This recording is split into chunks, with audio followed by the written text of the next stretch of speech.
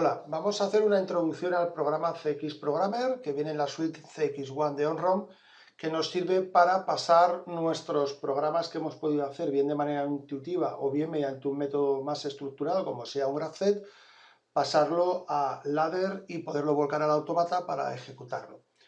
Abrimos el programa, entramos en la opción de archivo nuevo. Lo primero de todo será, como siempre, darle un nombre al programa. Por ejemplo, ya que voy a hacer aquí una primera prueba intuitivo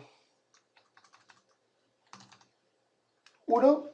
Y hay que elegir el tipo de autómata. El tipo de autómata, en nuestro caso, pues elegiríamos el que tengamos. Yo en mi caso concreto tengo un CP1LE y que se conecta directamente por Ethernet. Por lo tanto, entro en tema de configuraciones, podríamos elegir el tipo de CPU, etcétera. En principio, como luego voy a volcarlo, no tengo mayor problema, son parecidos y funcionará sin más problemas. Y en el tipo de red, yo aquí podría ver si tengo que trabajar, por ejemplo, si voy a trabajar por Ethernet, por conexión hub, o en este caso yo lo que voy a hacer es una conexión directa, por lo cual voy a conectar directamente el PC al PLC a través de un cable de red. En este caso, la configuración es automática y no da ningún problema. Bien, voy a poner un comentario. Primer programa de prueba. Si quiero, por ejemplo, aquí dejar algún tipo de comentario pues para posteriores modificaciones o para tener trazabilidad de qué es lo que hace el programa. Y simplemente pues damos a aceptar.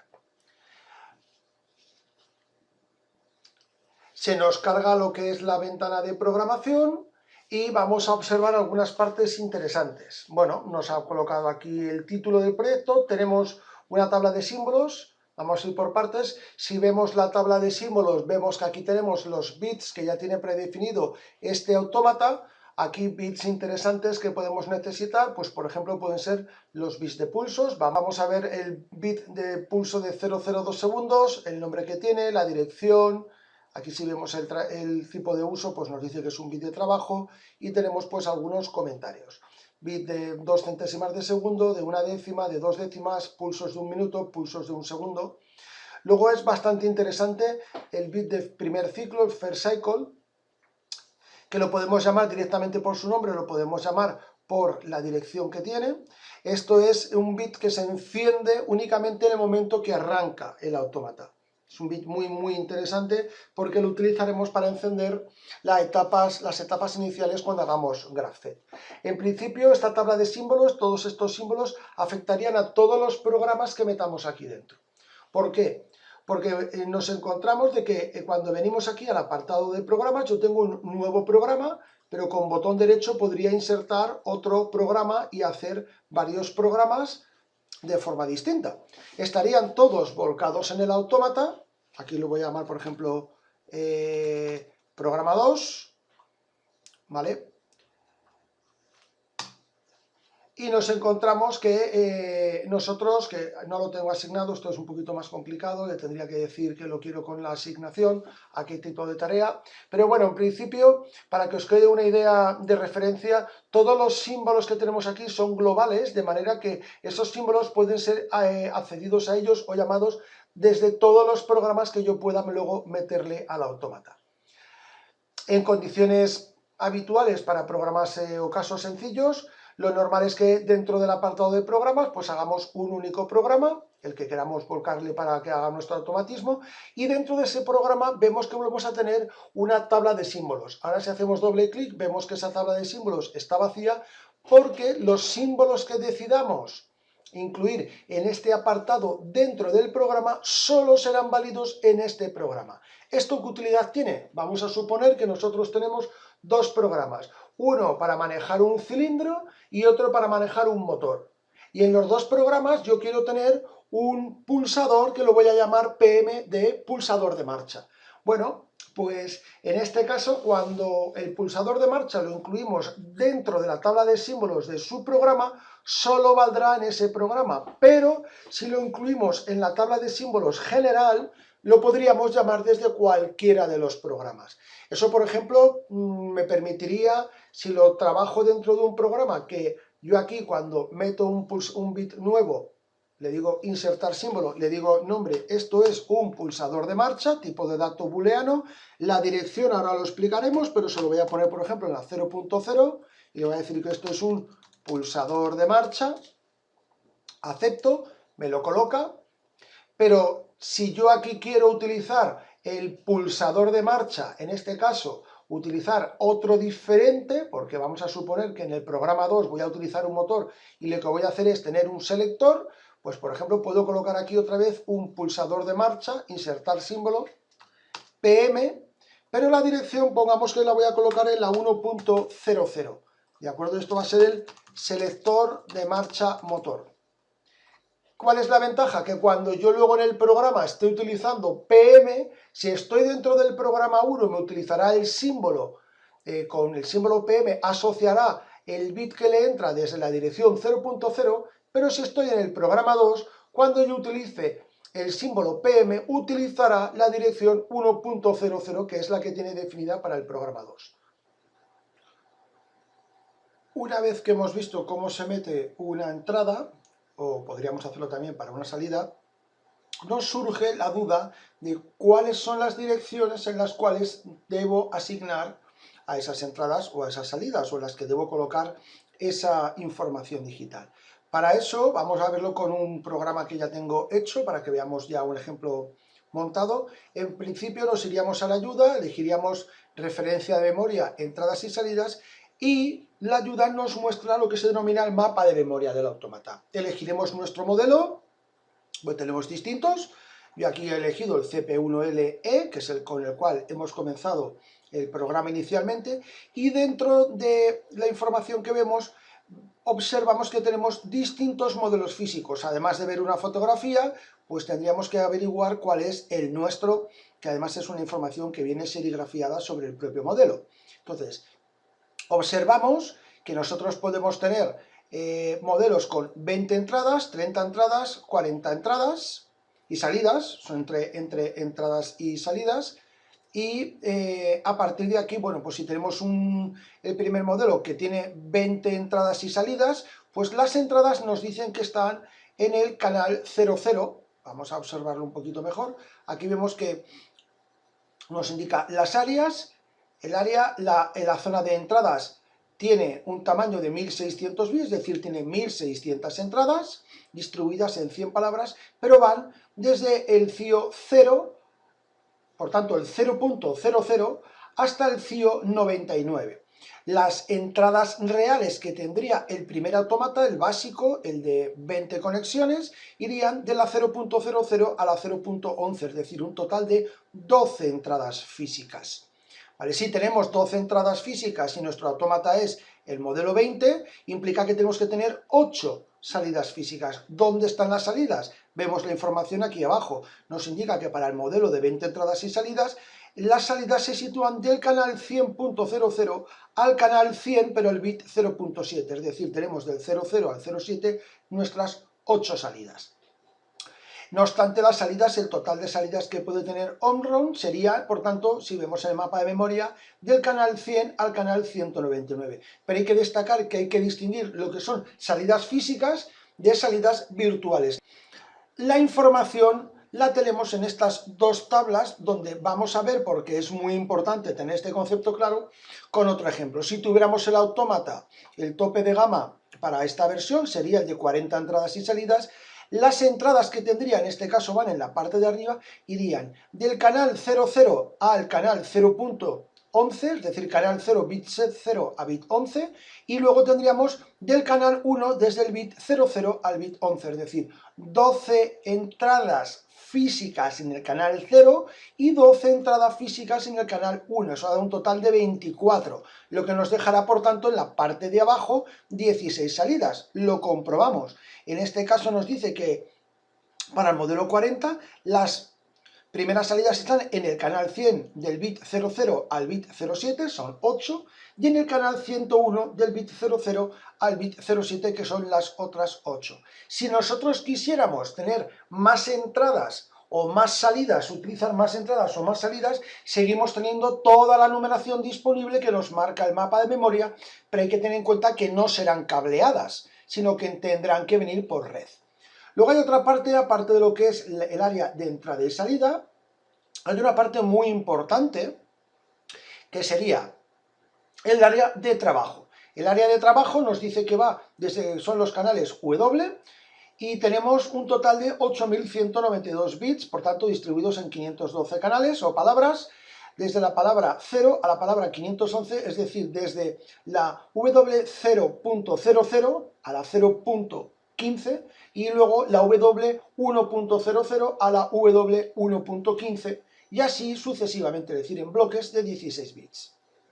Otra parte donde también utilizaremos más adelante será la numeración de los temporizadores. En este caso vemos que aquí lo que tenemos es, para la parte timer, temporizadores van desde el T0 hasta el T4095, es decir, aquí ya no va distribuido por canales, sino por numeración del temporizador. El T0, el T1, el T2, el T3 y así sucesivamente, donde vemos que tenemos pues una cantidad bastante importante. Y en este modelo de autómata los contadores van desde el C0 hasta el C4095. También hay una cantidad muy grande de contadores, pero vemos que tienen numeración diferente. Hay otras marcas y otros modelos de autómata donde la numeración de temporizadores y contadores van compartidas. En este caso pues vemos que no, y además vemos que tampoco es necesario escatimar, puesto que tenemos una cantidad importante. El resto de áreas para una primera introducción no son necesarias.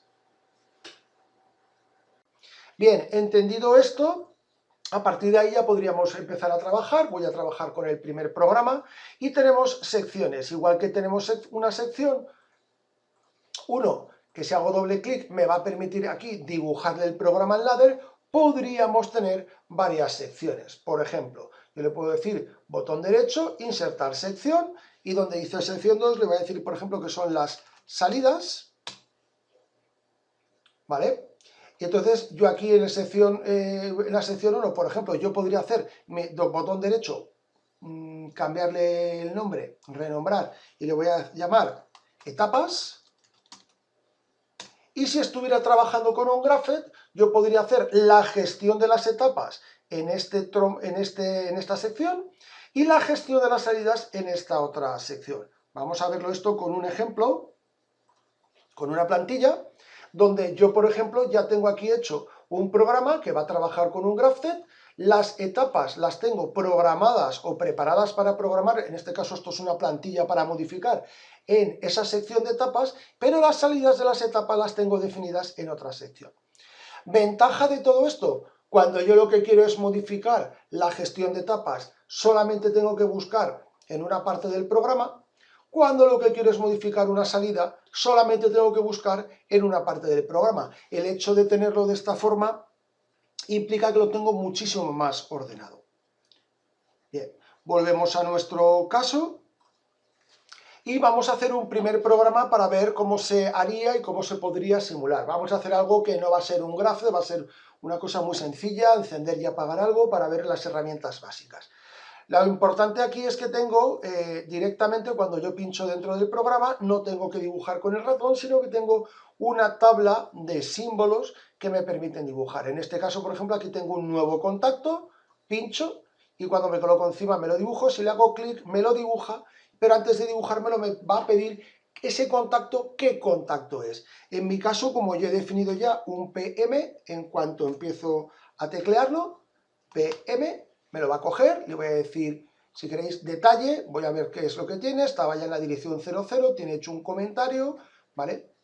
Acepto y me lo incluye. Supongamos que yo lo que voy a hacer es simplemente con un pulsador de marcha encender una luz. Bien, lo lógico, lo que yo aconsejo es venir a la tabla de símbolos y si no la tengo definida, definirla, ¿vale? ¿Por qué? Vamos a ver la diferencia. Si yo no lo hago y directamente cojo el símbolo de bobina, lo coloco y entonces le digo que lo que voy a hacer es encender una luz, ¿de acuerdo? Aceptar, me va a pedir cuál es el valor, le pone nombre, me pide el valor, la salida en este caso, en este autómata va a ser la 100.0 0, 0 y le voy a poner aquí, por ejemplo, una luz roja como comentario. Perfecto. Le digo aceptar, ¿vale? Y me dice, ¿quieres registrar el símbolo en la tabla local? Me pide si lo quiero registrar en la tabla de símbolos local o lo registro en la tabla de símbolos global. Luego hay que tener mucho cuidado, ¿vale? Si yo le digo que no, por defecto me lo va a meter siempre en la tabla de símbolos global, con lo cual luego ese nombre sería para todos los programas, pero si yo quiero trabajar solo en este programa o poder tener nombres específicos para cada programa, pues le voy a decir que sí y veamos si me lo ha colocado en la tabla de símbolos. Bueno, lo primero de todo vemos que me lo coloca, me hace ya directamente la línea en ladder, me coloca su nombre y además me pone el comentario, pero si vuelvo a la tabla de símbolos, vemos que la ha registrado pues con la dirección que le he dicho y en este caso pues el tipo de dato es una salida digital, es 1 o 0 y el comentario. Bien, vamos a ver ahora qué pasaría si yo quisiera introducir algún tipo de modificación. Yo vuelvo aquí a la parte de etapas y lo que voy a hacer es colocar un contacto, por ejemplo, un contacto cerrado. Si yo quiero colocar un contacto cerrado, lo coloco ahí, pues le voy a decir pues que el contacto cerrado, pues por ejemplo, que sea un botón de parada, ¿vale? Lo voy a colocar en la 0.01 y le voy a decir que esto es un pulsador de parada. Bien, acepto, intro, me dice que si lo quiero en la tabla de símbolos local, le voy a decir que sí. Y ahora pues con esto vamos a tratar de simularlo.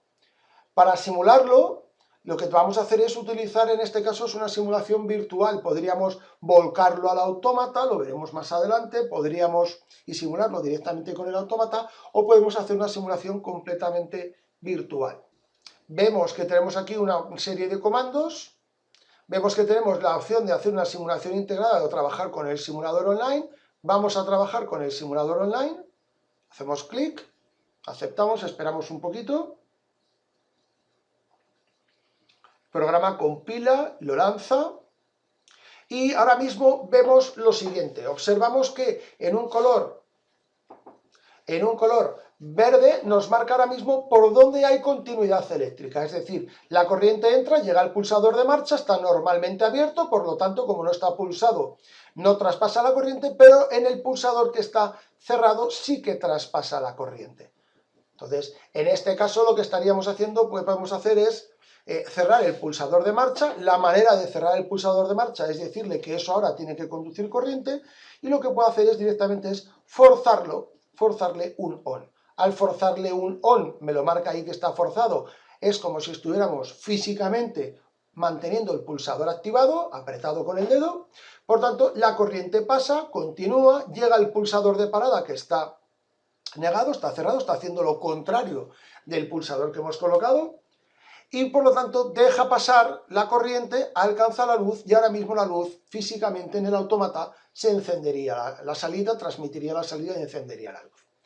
Si yo ahora, por ejemplo, lo que quiero es, aunque mantenga el pulsador de marcha encendido porque lo estoy apretando, toco el pulsador de parada, lo que tiene que hacer al apretar el pulsador de parada, que era normalmente abierto, si se cierra, lo que ha de suceder es que aquí tiene que hacer lo contrario de la situación física. Por lo tanto, lo que va a hacer es actuar y cortarme el circuito. Vamos a ver, venimos, le decimos forzar, le decimos que a on, por tanto, corta, y al cortar, pues no llega corriente hasta la salida, por lo tanto, no se activaría. Si yo ahora en un momento determinado, pues por ejemplo, quiero dejar de pulsar el pulsador on, le quito el forzado, lo cancelo, lo fuerzo a off y lo cancelo. ¿Vale? Y en este lo fuerzo a off y lo cancelo. Y lo vuelvo a dejar en la situación inicial de partida donde tengo apagada mi máquina.